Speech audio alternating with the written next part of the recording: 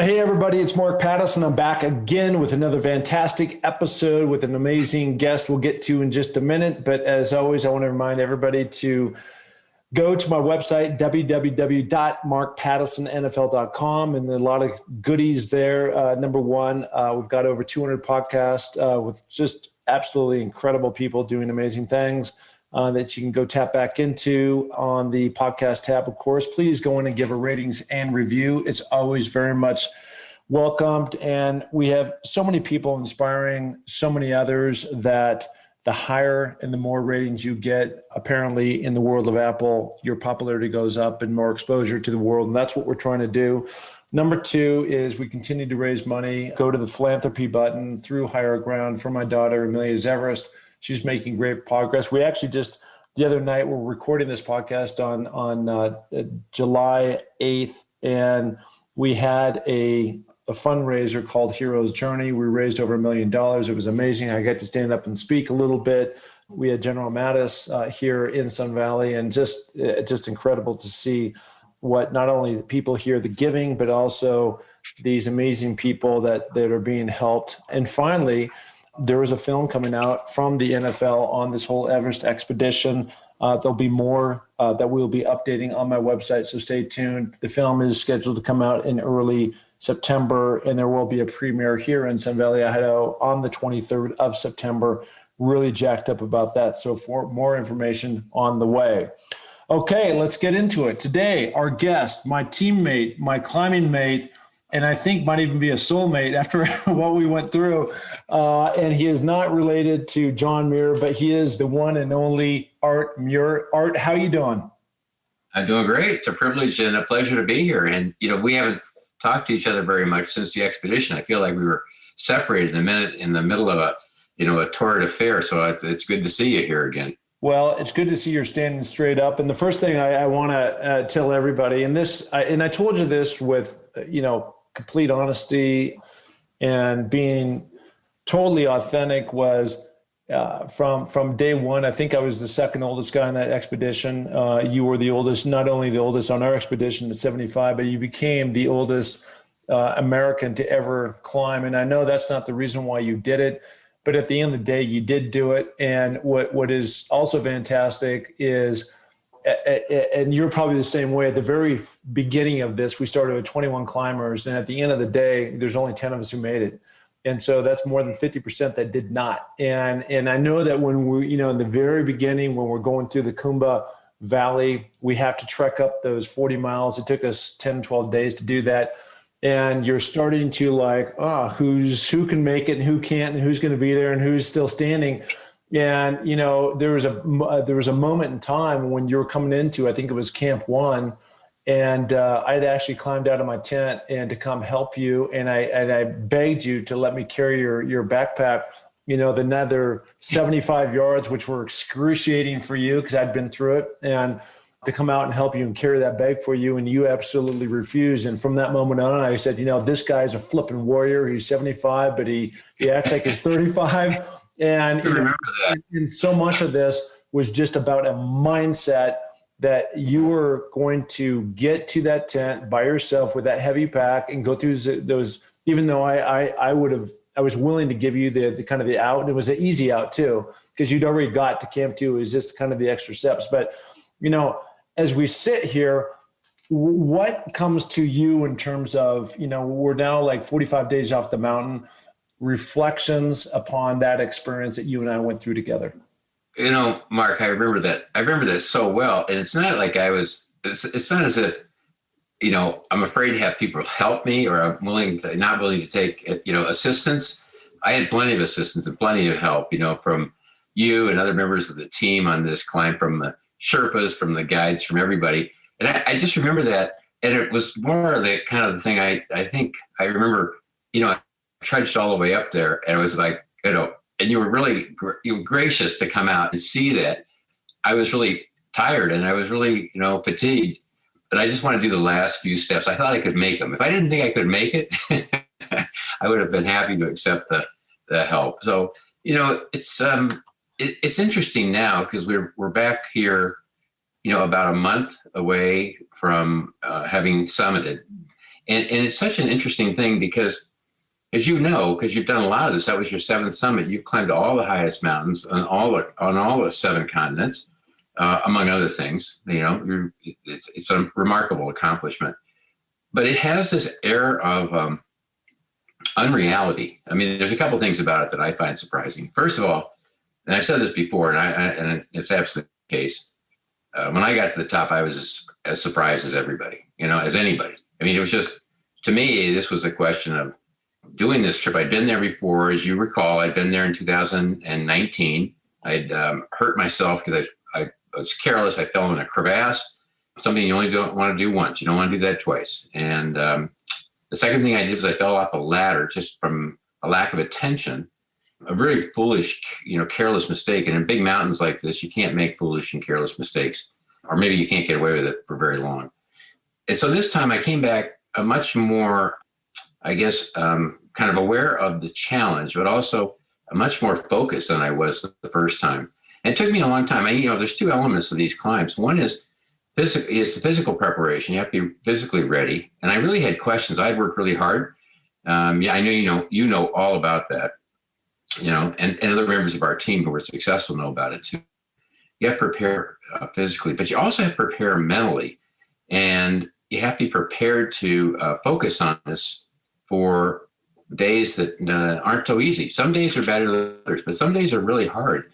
And you have to be able to find a way to focus and hang in there and not give up. And then the third thing is, in addition to having everything else, the support team, you got to have great guides. You got to have great, the Sherpa help. You have to have a great teammates. We were very fortunate to have a, fabulous group of people, really, and I know you feel like I do. You feel like they're blood brothers and sisters. It's almost like a tribal thing. You got to have all that. You got to have a staff, and you got to have all those things, but you also have to be really lucky. You have to be lucky. You have to have the right weather conditions. Things have to open up for you. And these mountains are really demanding. And there were people who were actually at Camp 4, had gotten all the way to Camp 4, done 3 rotations like we did, been there for 60 some days, all ready to go for the summit, in really good shape. And their Sherpas got sick, and that was the end of the expedition for them, an external factor. So it's a whole bunch of things. So now sitting, at home where I turn the faucet and the hot water comes out, that I can immediately get hot water, and the water I no matter what water I take, I can drink it safely, knowing it's safe. The food I get is all fresh, and it's, convenient and abundant. So you go on these expeditions, it's not like that, and we had good food, and we had safe water, as you very well know, because the staff took such good care of us. And nobody on our expedition got sick from things like COVID or food poisoning.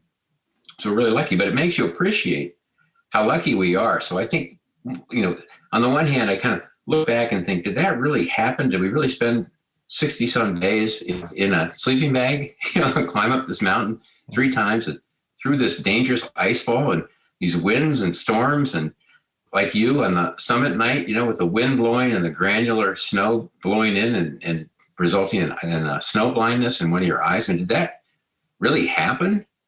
It's hard when you're here to think about that. It was a remarkable experience. So I want to go talk about where you and I think more or less got separated, which is kind of from the time that we got to Camp 4, really Camp 3. And I want to go back on that in just a minute. But I'm really fascinated because there's so many people like yourself that, you're a lawyer for many, many years. You're since retired. You've got all these other things. And so many people talk about once they retire, they're going to go do X, Y, or Z. And then they finally get retired, and then they have all the time in the world to go do X, Y, and Z, but they don't, because now, as the old saying about, if you want to get something done, give it to a busy person, right? Right. So, yeah. And so and this probably goes back to your childhood or something. So I want to dig in about where did this sense of motivation, it's really self-motivation of wanting to pursue adventures and pushing yourself to the limit. And for you, and again, I didn't look at you as any different from me or some of the younger kids, that were on the expedition. We had one, 20 something kid. And you know, 25. Yeah. yeah, 25. And we were all equal, right? And you were right in that group. I was in that group. I was the second oldest guy. I'm 59. And so for those people who are out and they're thinking, well, I either got to, when I retire, I'm going to do this, or where did that motivation for you start? Yeah, it's two really good things wrapped up in there. Three things, actually. One, the first is kind of in reverse order. The first is, I remember all three of them, but the first is, being with our group for a long period of time without a mirror. I've mentioned this before, and I didn't really realize it until afterwards, but, you're with a group of people, and you're doing a lot of things, and that group spans, Ben Barris was 25, I'm 75, and there's a bunch of us who were in their 50s, and then, a few in their 40s and like 30s. So it was, but there was a concentration of people in their, especially guys in their 50s. So I thought that was kind of interesting. And after you spend a lot of time with a group like that, you stop thinking about kind of how old you are, and you start thinking about what the group is doing and what other people are doing. And so you just become part of a team where you're looking kind of through their eyes. You can't see yourself, really, because there aren't any mirrors. I mean, I didn't have any mirrors. I didn't look. But you see it through their eyes, and you start to identify with them. And for me, that's a huge advantage. I think it's a disadvantage for people that look at me and think, oh, the other guys are like really old. You can see an old guy. But for me, seeing a bunch of people who were younger, stronger, fitter, just more capable, more enthusiastic, and participating just makes you feel mentally a lot younger. So that was number one. Number two, I grew up, I wasn't an athlete. I mean, somebody like you look back on an athletic career, you've got that kind of history, big time, first rate, first line athleticism. I don't have that, but I was an active guy, active person. And I grew up in Colorado. My dad actually gave me a book, Maurice Herzog's book on Annapurna, sometime when I was about 12 or 13 or 14. And that was one of those books that fired my imagination. It's a stunning story about the first 8,000 meter peak that was ever climbed back in 1950 when they were looking for mountains. They weren't even sure where all those mountains were. So that was really a big deal. I was also a scout, spent some time scouting, and that was really a good experience for me. It wasn't the only thing I did, but it was really good because it got me outside, got me doing things, pursuing nature merit badges, learning how to tie knots, learning how to make campfires, going on hikes, stuff like that. Again, it wasn't a big deal, but it's still really vivid to me. Those memories are still vivid. The time that I spent and the skill set that you pick up when you're in that age of, you're first a Cub Scout, then a Boy Scout, but that age of 11 to 14, something like that. It's a time for boys in general, I think, that they're really particularly impressionable. And then I was, pretty active. I went to a small high school, small private school in Denver, and that allowed you to do everything you wanted to do in terms of sports. So you want to play football? We played football. Now, we only played 8-man football, and you played both ways because we only had enough guys to field a team. So, there were 13 guys in my graduating high school class, 13. So you want to play basketball and you're 5'4"? No problem. You're in it. You're in. So that was actually really good too. And I think there's something to be said for that, as opposed to my kids all went to a very fine public high school here, New Trier High School, but it had over 1,000 kids in every class. So my son Charlie played baseball, but that's what he had to do. He had to specialize in that. There aren't any, two-way football players. There are very few multi-sport athletes in high schools like that. So I was very lucky to get exposed to this. And I guess nobody ever said to me, you're not good enough to do that. Because if you can walk on when you're 5'4" and play basketball, or, you can walk into a football team and play it, you get the idea that you can do these things. So that was actually really, I think that had a lot to do with it, just exposure early and kind of enjoying it and the variety of it. And then the third thing is, you're absolutely right. We all have this tendency, it's procrastination, it's part of human nature, and we all have these similar things. And what I did was, I got really lucky because I'd always been fired by the idea of Mount Everest and the highest mountain. I wanted to see it. I thought there was something iconic about the mountain itself. It turns out it's just a big pile of rocks. Yeah. Pretty dangerous. It's pretty impressive, but it's just a pile of rocks. But no, I didn't know that at the time. In 1990, I saw an article in the New York Times about Jim Whittaker was organizing an expedition to the north side. and he would take trekkers. And he was a smart guy because he said, and if you make a contribution, and it happened to be $10,000 per trekker, you can go and then meet the team and go to base camp and do all this cool stuff. Mm-hmm. So I did that at the risk of losing my job. I was working for a firm, and that required 31 days away, and it wasn't something people did. And people just didn't do that, practicing law at the time, 1990. And so that introduced me. I went to the north side. I actually got up to advanced base camp, saw Jim Whitaker in the tent at advanced base camp called the Whale on a very windy day, because it's always windy, you know how it is. The tent is flapping, and he's in there, and he's talking to Robert Link and John Gall, who were going to be getting ready to do their summit climb from that advanced base camp. They're going to go climb the top of Mount Everest. I mean, holy smokes, I was like on fire with the thought that they were going to go do this. And I came out of that tent, and I was on the way back down because I didn't stay at that camp. I went down a little ways on the Wrangbuck Glacier. But I looked up at the North Col, and the North Col is a lot lower than the South Col where we were. On the south side where we climbed, it's 26,000 feet, but on the north side, it's about 22. And it's only about, I don't know, it's a few hundred meters above advanced base camp, but it's a head wall, and it's heavy duty, and trekkers don't go walking up there. That's where the real climb starts. And I looked at that and I thought to myself, I don't know, but I think I could climb that. I could actually get up there and look over the North Col of Mount Everest into Nepal. Of course, I was on the Chinese side at the time. I could look into Nepal, and I thought that would be like the coolest thing to be able to do that, to be up on this saddle and look over into Nepal. And then I thought, I looked at the rest of the mountain, and of course I thought, these guys are just like pros and they're Superman and all that kind of stuff. I could never do that. But the idea of getting to something like the North Col, really fascinated me. So when I got the chance, I did that tour, and then, I did that trek, and then some friends asked me to try and climb Denali the next year, which we did, 4 of us on a private climb, and we ended up, 2 of us got to 17,000 feet, got really, really cold. The other guy got frostbite, and that was the end of that trip, fortunately, because I had no idea what I was doing. Okay, I was so far over my skis there. That's a tough one. I went back to work. Yeah, I went back to work and sat at the desk for a long time until what happened was a friend of mine, this is the way these things happen. I'm finally answering your question, okay, about procrastination in older adults. A friend of mine finally called me up and he said, Art, he'd been doing a little bit of climbing. He went out to Rainier and he climbed Rainier because, and he enjoyed that a lot. He said, I'm going to go to Ecuador and climb these volcanoes, and I'd like you to come with me. And he's a long-term friend. He introduced my wife and I, and his now wife, then girlfriend, was Leslie's roommate, so that's how we met ultimately. So we've known him for 50 years.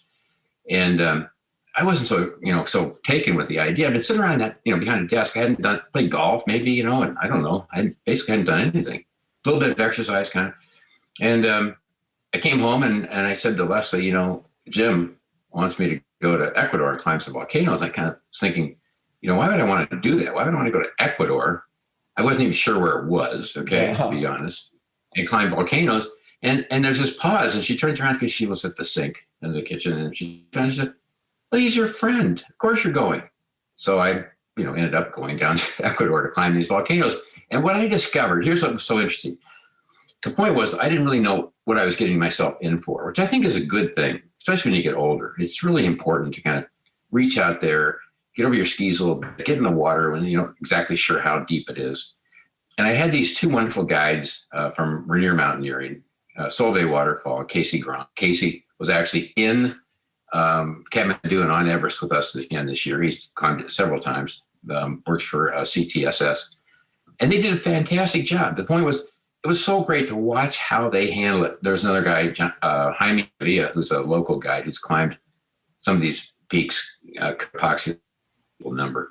And they were so competent, they were so professional, and they were so interesting. They had good stories. They knew what they were doing. They took me, to a place that otherwise, tops of these 2 volcanoes, that otherwise I would never have seen. And I enjoyed the process. I kind of enjoyed the exertion and then the satisfaction of getting on top.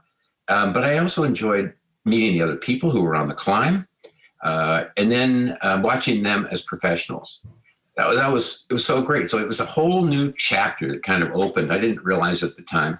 And I came back, and the next big step was I saw that there was RMI had a offering for a trip to Mount Elbrus, the highest mountain in Europe, although some people think it should be Mount Blanc, but nonetheless, Mount Elbrus.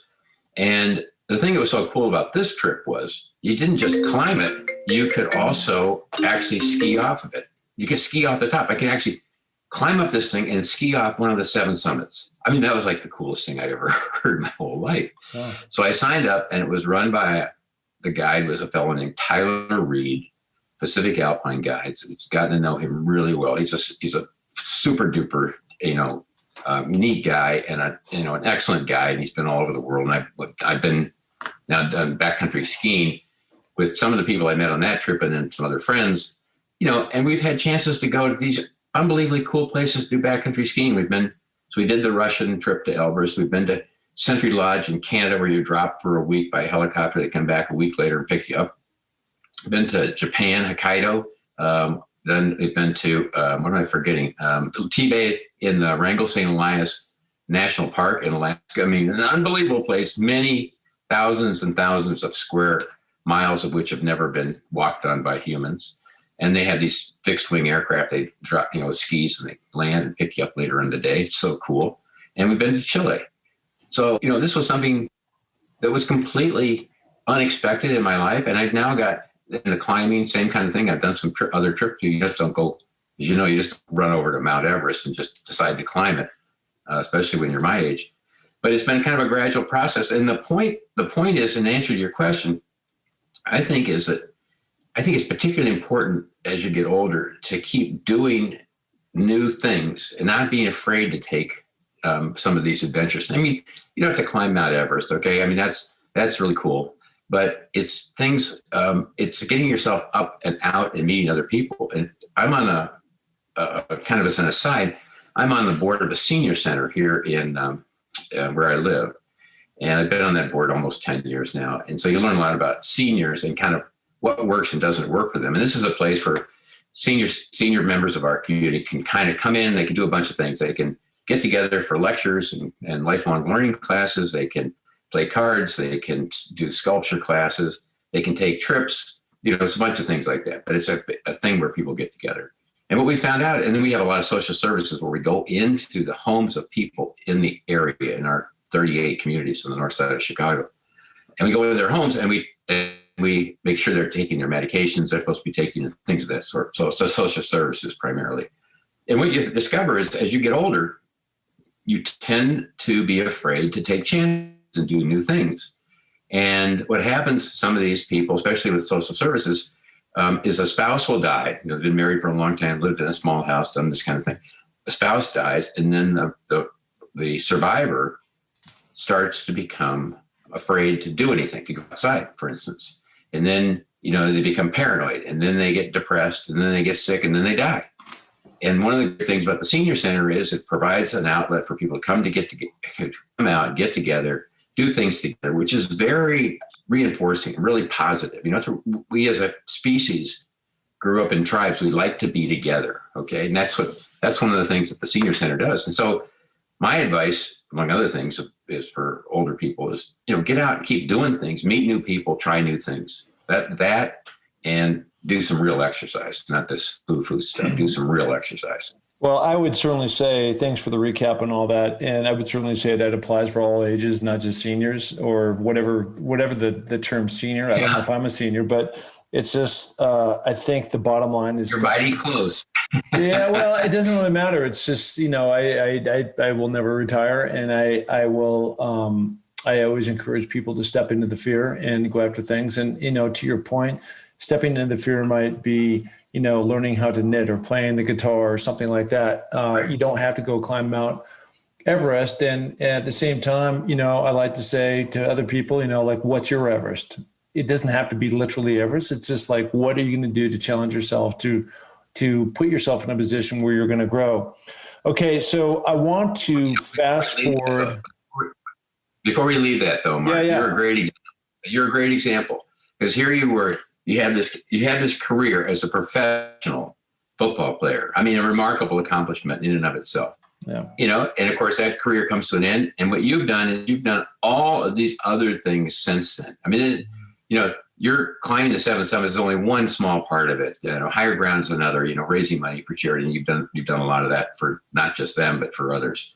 The idea you're doing podcasts with all these people. I mean, I'm pretty flattered to be on this, to be quite honest. I'm not sure that you'll ever run this podcast, but nonetheless, it's flattering to be asked to be on here. And the idea that you've done 200 of these already is a great example of how people can still stay involved. I mean, and I'm sure it's true for you, know people. I mean, in my field, in practicing law, half the people are looking forward to retirement. Half of them are afraid to death of it.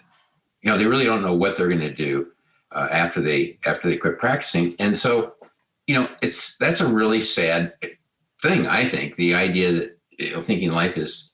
It's one thing if you love your work. It's another thing if you're doing your work because you're afraid there's nothing else to do. Okay, those are completely different things. Yeah. And for the first, more power to them. For the second, though, they're missing out on something that it's just there's no end of opportunities. And you're absolutely right. Everybody should have and probably does have something they want to do and try. Learning how to play the piano is a great example. Or the saxophone or something like that. Yeah. Or play the guitar or sing or whatever the deal is. Everybody wants to do stuff like that. And retirement, especially as you get older, gives you an opportunity to do that. It's like a birthday. It's like a holiday every day. It's the best. Well, I think the other thing that you mentioned earlier is the social engagement. I remember at 17,500 feet for everybody that has not been there, which is, I'm sure most of the people are listening to this right now.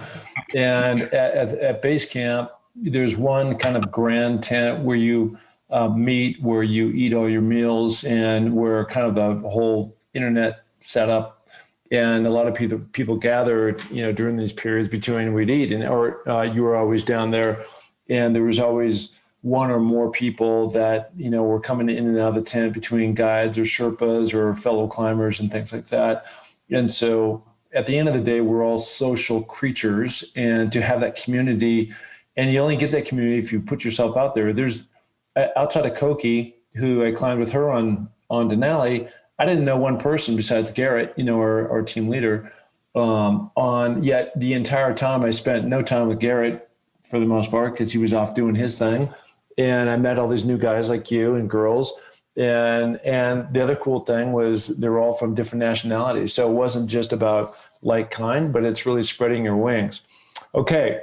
Let's go to when we finally decided to go for the summit. What a lot of people don't understand about when you say, hey, let's go for the summit, that really starts 5 or 6 days before you're actually going to go for the summit. And I've got this great photo I took. You remember this when it was, I think it was the 14th, and they stood up there that night and they said, we've mapped this whole thing out. We've studied the weather patterns.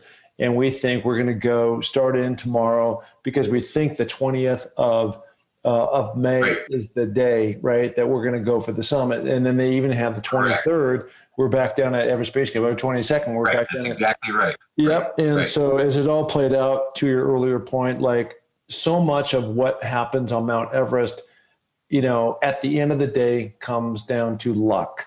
And in our case, we had a cyclone on the kind of the front end and the back end.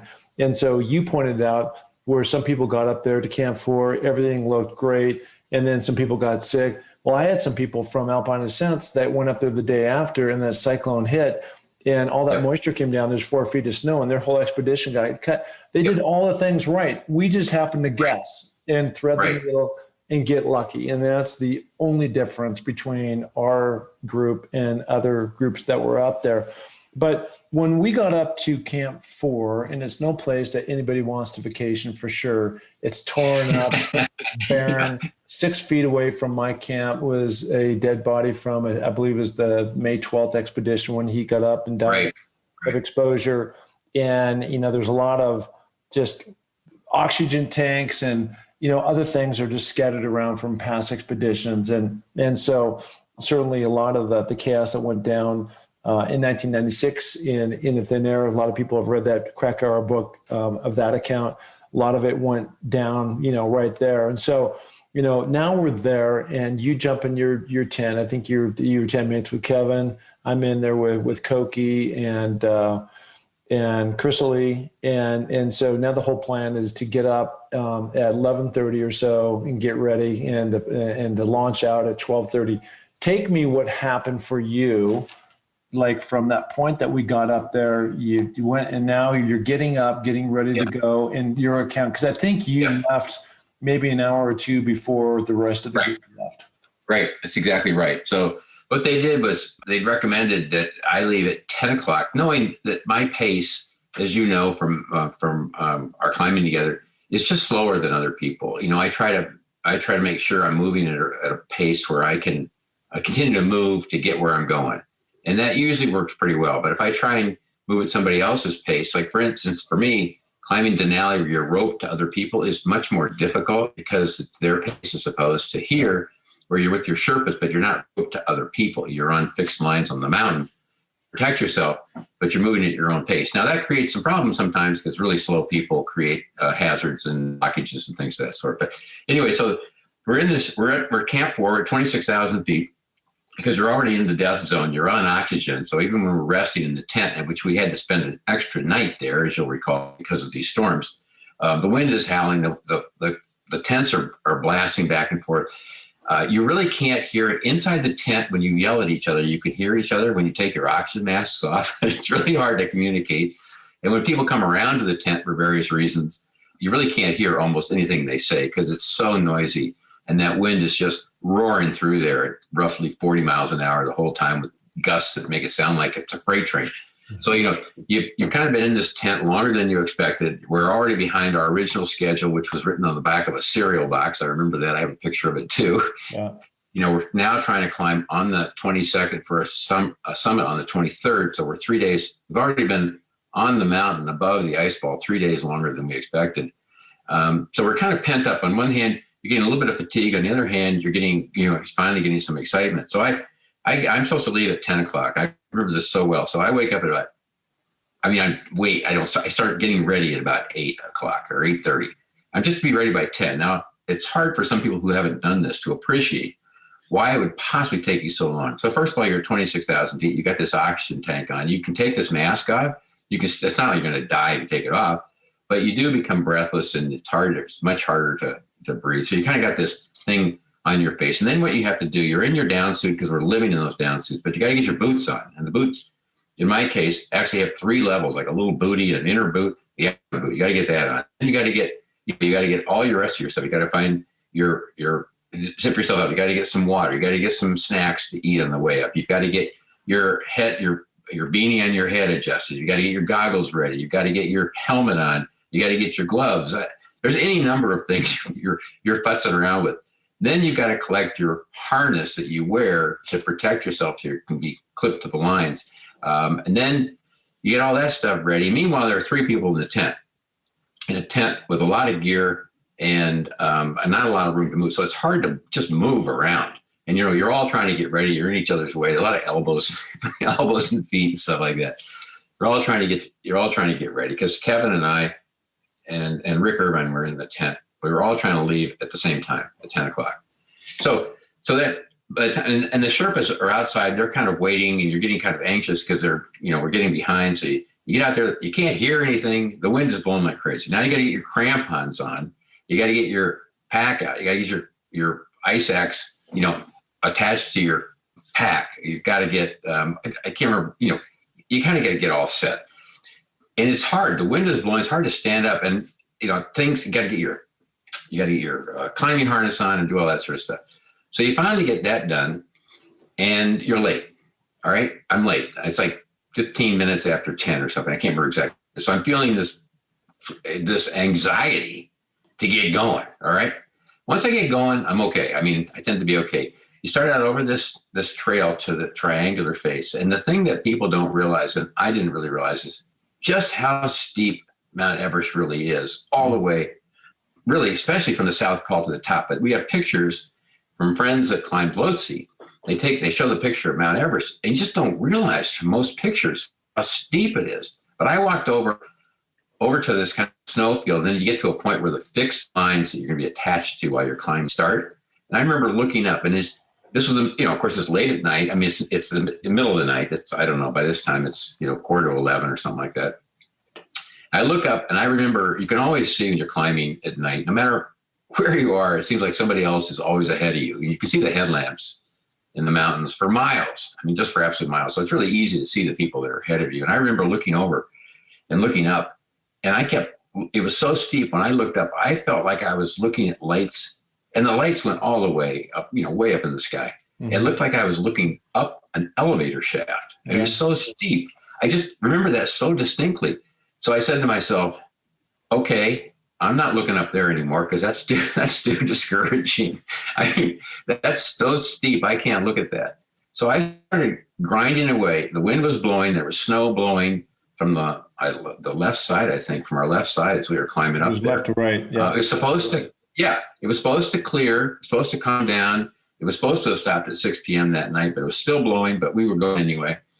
And I'm climbing, and I remember, the only thing you really see are your feet, your the front of your boots, and kind of where your headlamp, the steps that you're following, the fixed line that you're following, and the Sherpa. Now, in my case, I had two Sherpas, one who'd been working up high in the mountain to try and get ready, and one had been working all through the climbing. So I had a Sherpa in front of me and a Sherpa behind me to assist with things like changing the oxygen and stuff like that. So we're working away, and I'm doing okay, but this is high. I've got an oxygen mask on. You can't talk, of course. It's noisy. The wind is still blowing. You're just trying to make forward progress. And I thought of it as I think about it now, I was just grinding. I mean, just grinding away one step at a time. And I was trying to be, as I had been on this whole trip, really careful about my foot placement, because I'd already had two accidents in the 2 years before when I'd come. I'd fallen in a crevasse because I wasn't careful, and I'd fallen off a ladder. So my track record wasn't exactly stellar. Mm-hmm. So this whole trip, I was really careful about trying to place my feet just where I wanted them. And I was pretty good about that. I mean, I didn't have an accident. I didn't get hurt. So, in hindsight, I was successful. And I'm grinding and grinding and grinding. And I remember all of a sudden we come up after we've been working, climbing for a while, come up over a rise, turn right, and there are all these lights are there. All these people are there. I thought of it as, it was like coming into a football stadium is what I thought at the time. I couldn't understand then I realized we were at this place called the Balcony, which is one of the few level spots, maybe the size of, a large, I'm trying to think of like a large garage or something like that, kind of that size. And there's a bunch of people there, and there are a bunch of headlamps. All of a sudden it's, all kind of people move in different directions as opposed to up the fixed line in one direction. And it's an oxygen bottle change. But I'd had a lot of trouble. I personally had a lot of trouble. My mask wasn't on right. I hadn't put the straps on quite right, or when I put my helmet on, it kind of knocked them down. So I had to adjust, take my helmet, my hood, my helmet, my headlamp, my goggles off to get my oxygen mask on. And my Sherpa freaked out. He thought I was going hypothermic, ripping all my clothes off, which people can actually do when they start to have hypothermia. He thought I was going to, get frostbite. But we got that all squared away. And so I went to the next step, and, you're working hard, not panting hard, but just making sure, the body's working hard. You're at high altitude. And I remember, again, some time passed, and I was thinking, this has been a long time now. I'm hoping to see a break in the horizon over here and see the sun coming up. And I remember not very long after that, another distinct memory for me, I looked to my right and I could see the thinnest, faintest line of light. And I knew that was going to be the dawn coming up. And for me personally, that was a huge moment. That was so reassuring. I got so kind of re-energized by that, even though it was still dark. And by that time, by the way, you'll recall that's about when you were at a different spot because you started later. That's about when the wind died, and that everything, changed. It just made things so much more enjoyable. And then the sunlight starts coming up, and the line, you're just kind of glancing on the side of your eye, kind of watching this, gets brighter and brighter. And then we came to an area with some rocks, and it was headlamps were off by that time. The sun was up, I think, almost fully for me. And the series of rocks, and I looked at this, what do I know? I hadn't been there before, and I thought, I wonder if this is the South Summit. I'd heard that, but I hadn't. And I remember so distinctly. I walked up over this, across these, up and over these rocks, And then I saw that Cornice Ridge that runs to the Hillary Step. And for me, that was my moment of emotional kind of, kind of being flooded with the emotions, because I thought that was the south summit of Mount Everest. I'm going to climb Mount Everest. You're right there. You're at the front door. You can see the top. Yeah. Because before you don't have any bearings, and especially if you've not done it before, you have no sense of where you are. But for me, that was a really emotional moment. But there wasn't any time to linger. There are people behind me, there are people in front of me. They're not chock-a-block, but you're close. You're 3 to 4 feet apart, something like that, passing some people once in a while. And once in a while, at that point, people are starting to come down and been to the top. But I remember that was a really powerful thing. Then you're going along that Cornice Ridge, which is a lot of exposure. You've got exposure on both sides. You're being careful. But it was so gratifying to be there after having seen for so many years those iconic pictures. Mm-hmm. Of course, most people remember it from 2019, where it was just chock full of bodies. I look at those pictures now and I think, what a mess that was.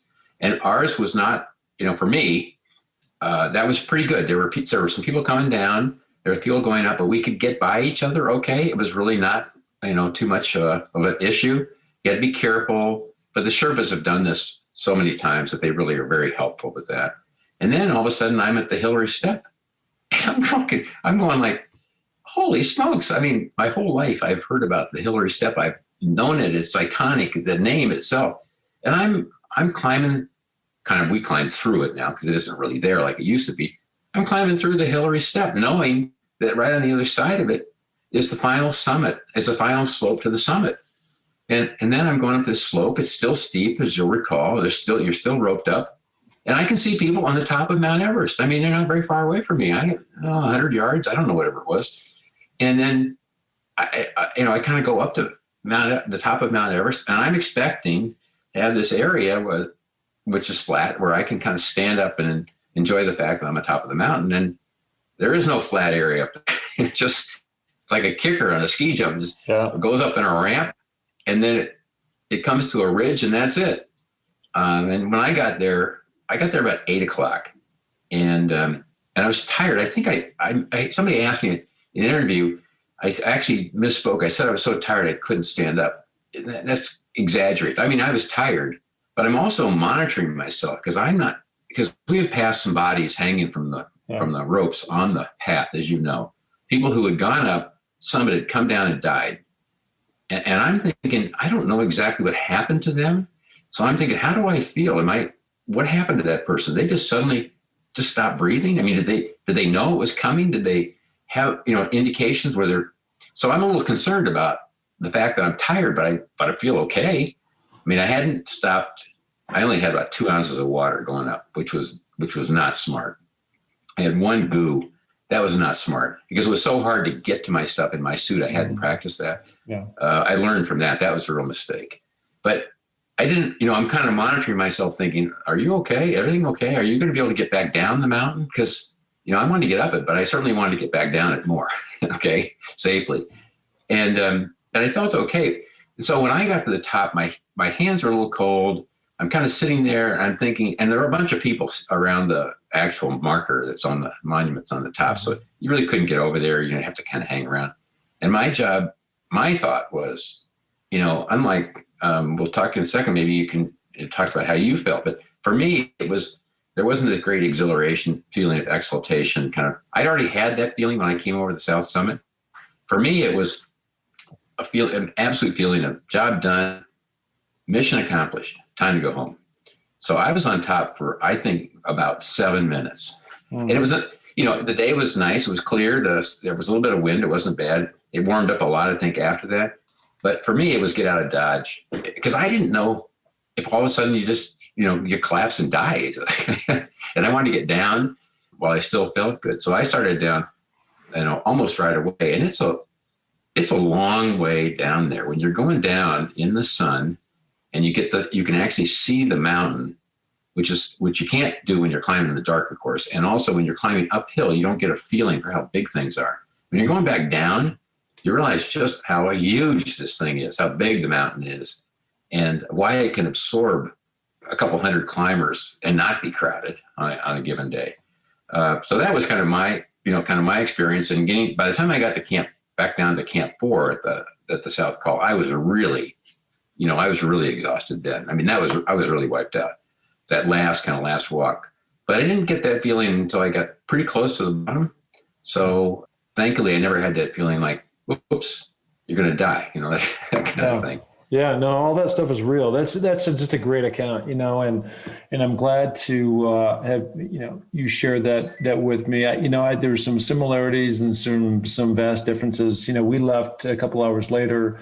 They forgot to wake us up. And so you talked about, starting to get your stuff ready with hour or two before, and we had 20 minutes. And that's just not a way to go take on Mount Everest. That's one. Number two is I had a really tough time. Again, you had said it right. We were like 3 days behind schedule already. And I had talked to Garrett about this early in the expedition, that I just didn't function well on freeze-dried food. I kept repeating the same thing. And they kept saying, we'll work it out. Well, it never got worked out. And so I wasn't eating. So just even getting up to 26,500 feet, I was low on energy. And, I was sucking eggs. I just wasn't consuming those, the kind of calories I needed to consume going up. And so when we got up, and as you stated earlier, I got snowblind because there was a strong left to right, 45 mile per hour wind going with small ice particles. And not only did my eye get wiped out, but my side of my face, I developed this huge scar. Chris Lee got the same thing. And it was pretty ugly. Yeah, it looked like a sunburn. And then going up, that's probably the one reflection I had, was just how steep that face was. There was never a break until we got to the balcony, which was just for a moment. And then we kept going up the mountain. And I had a very strong Sherpa. I just had one Sherpa. And he wanted to pace me at a pace on that day. I just couldn't go. Normally I was pretty strong, but that day I wasn't. And so, really going up and surviving it and getting through. And, I was actually up on the summit. I was actually the last person to leave the summit. I was the last person to come into camp. I was out there for 18 hours. I ran out of oxygen just under the balcony, and my Sherpa had gone down 200 yards below me, and he wasn't with me. And he was in such a rush to get back. And I was really sucking eggs. I was literally scooting down the mountain on my butt. And so I was like saying the words, today is the day that Mark doesn't die, and having to fight through all the mental battle of what are you going to do to keep yourself going and keep moving and moving. And then the thing that really was difficult for me, and I couldn't process it right because I wasn't thinking about it, is, as you know, we come into camp, and now it's around 6 o'clock, and I climb in the tent, and about 9 o'clock, after having had a tank refilled, about 9 o'clock that night, I ran out of O's. And so by about 10, and poked his head in the tent and said, hey, and the winds had picked up, like you said. And he had said, hey, is everything okay? And I said, well, I ran out of O's. And he said, well, we ran out. You're going to have to share with the girls. And so I didn't process the fact that I was actually supposed to go up and do Loti later that night, which I'd canceled, but I'd already bought 3 extra tanks. And so I don't know why he told me that. And I just said at the time, I said, okay. And of course the girls went to sleep, and I spent the entire night at 26,500 feet with no O's. And I was hallucinating. I was trying to climb out of the tent.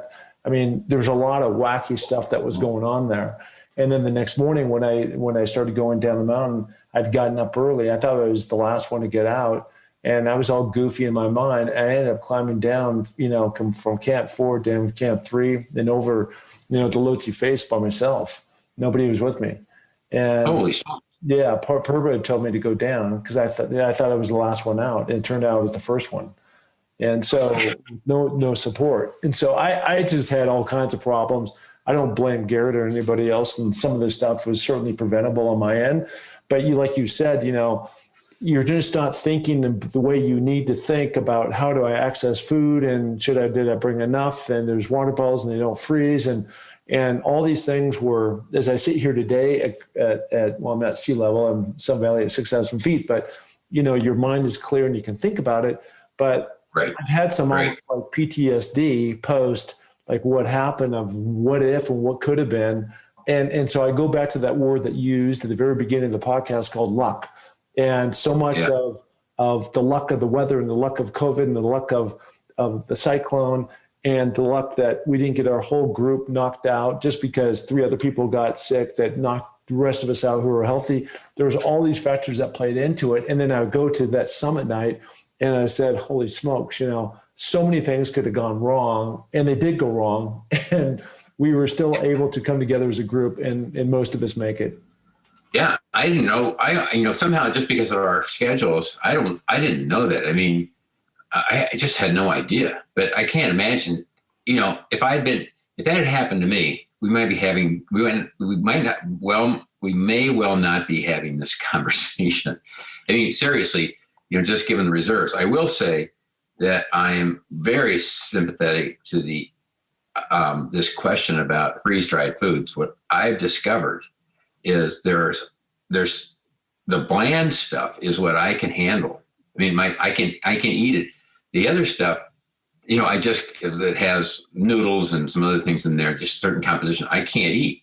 So, and if you don't do that, as you know, Mark, if you don't do that, if you can't refuel yourself and drink enough water, and I had some issues with being dehydrated in a couple of days, just because I think when you're older, you become less aware of thirst and you're just not very good at it. I just wasn't careful about that. I was careful about other things, and your body just can't handle it. You see it in athletes all the time. You see it in things like the Tour de France and other kinds of, athletic endeavors. We've all seen that.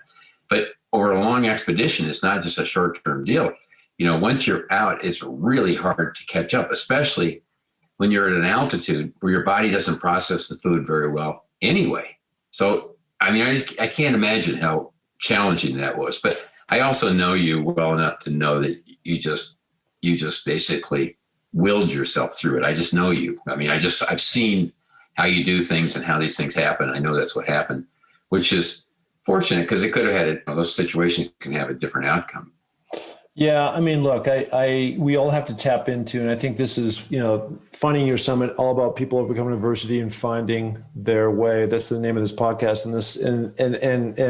And we've all had our bumps, and certainly I found myself of trying to find my summit. And my summit was, like you said, when I sat down on the top, I was just like, rather than jump up and put my hands like this is the greatest moment in my life, it was like, now I got to go all the way down. Like I got to fight through that. Right. So now you're tapping into things that, like my daughter who has epilepsy, things like that all the support that all of us got, like I can't quit for them. I can't quit for her. I can't, you got to come up with your strong why on why to survive. Right. And this was like literally a test of survival. So, a lot of people climb Mount Everest, and I give them all absolute credit for it. It's really, really difficult. But because of that, I think people who haven't done that can often poo-poo it, thinking it's just basically a slog and a line of people going out there, just kind of going through the motions, grabbing a peak, and it's not that big a deal. And it is that big a deal. It's a big, hairy, demanding, challenging, difficult, dangerous mountain. I at first, when I was there, I couldn't understand why if somebody who had climbed it and came back would ever want to do it again. But now I fully understand it, because it's like everything else. You kind of get you get perspective on these things. And one of the things that I've done, to the point you're making before, is each time I've done these 2 trips to Everest, I've come back and written down stuff that I either should have done or that I'm going to do next time, which is things like thinking, being more thoughtful about food and water. Now you say, how can somebody, train for 3 years and do this and go to a mountain like Everest and not have thought about that? And I have thought about it. I thought about it a lot, but you learn things and you learn about your body and what you can and can't do. And I will say this thing about mental toughness is a huge factor. I climbed Denali with my son in 2015, a time when I thought, that was kind of the early part of my, of doing this, because he wanted to do it. And it's one of the greatest moments. Standing on top with him is one of my 5 highlights of my life. But what I remember from that is not so much my climb, as he was 26 at the time, or he's 25 and turned 26 a couple of days after we got down. He had the opportunity to do something that not everybody gets a chance to do. And that is, when he's relatively young, go on something that is an expedition like Denali to find out what he's made of inside, deep down, inside where the guts are, where the grit is. Because on Denali, you have to dig deep.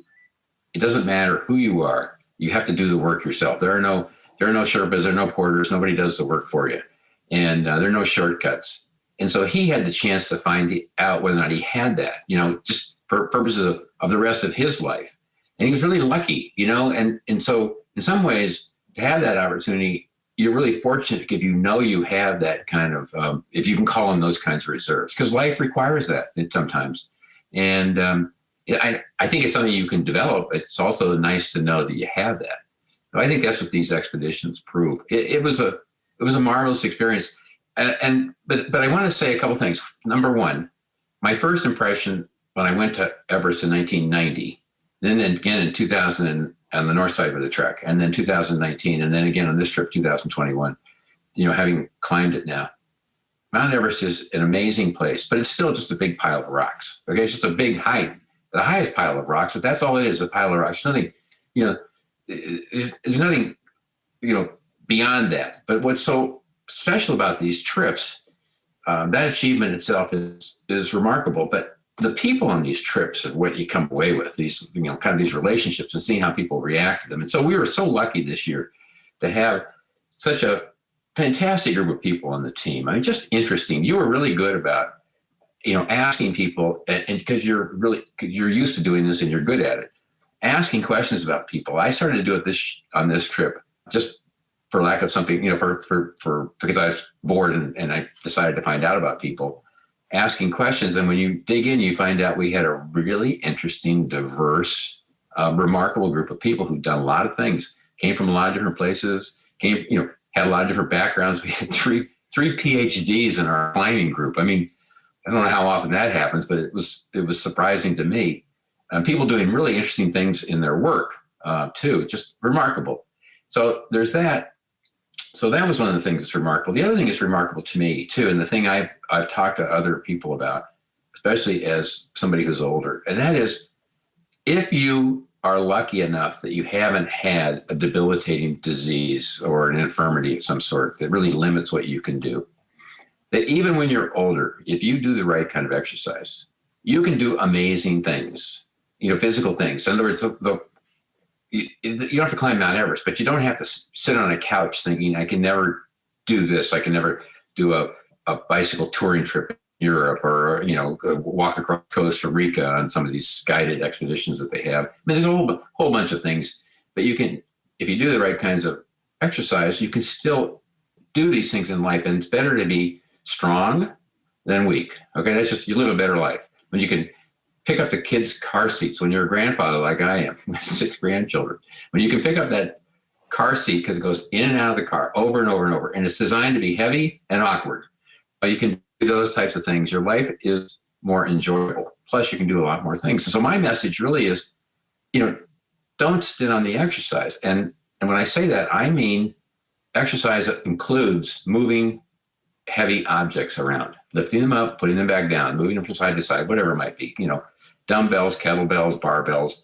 That stuff's really important, especially as you get older. There's this feeling we have that I see too many people who are afraid to do heavy exercise. They're afraid they're going to get hurt. And when they do it with the supervision of somebody who's good, and there are a lot of good trainers and people who know this stuff, when you do that stuff, it's not only good for your muscles. That's the thing. It's not just about building muscle. It's firstly, when you're older, it's preserving muscles that you have too, because, we tend to lose them as we get older, but it's good for your joints and your ligaments and your tendons and your heart and your lungs and your brain and your circulatory system. It's good for everything. So my message really is that people should be doing those types and seeking out those types of exercise. It's good for them, and they'll have a better life. Well, you are certainly one that has done that all the way to become a world record holder. I know that was never your intent, but the fact is you are, and landed you on Good Morning America, or one of those shows that I happen to be in the background on. I claim that was all about me, not you, but it's all good. Listen, Art, you're a great mentor to me. You're a great success story. It's a privilege and honor for me to have been, call you a teammate and climbing mate. And I was so happy to know that you summited that mountain after what we all went through. That mountain was such a test of endurance, if nothing else. And we saw kind of one by one of people being peeled off the mountain for various reasons. And we were able to go the distance. So thank you so much for being on the show, finding your summit, and best of luck to you in the future and all your other endeavors you have going on. It's been a pleasure, Mark. I look forward to skiing with you someday. Thanks again. All right, buddy. Take care. Hey, and thank you so much for listening to the Find Your Summit podcast. We are so glad to have you along for this journey. And if you enjoy the show, please tell a friend, share it on iTunes, spread it to the planet. We're looking to broadcast this to every person that is out there because, as you know, everybody has their own summit that they're going after. Okay, if you're looking to follow my journey, you can find that through my social links on markpattisonnfl.com. That's Mark, M-A-R-K, Pattison, P-A-T-T-I-S-O-N, NFL.com. So, until the next podcast, just remember, clear eyes, full hearts, and remember, it takes a little more to make a champion, so make it happen. Thank you. Bye.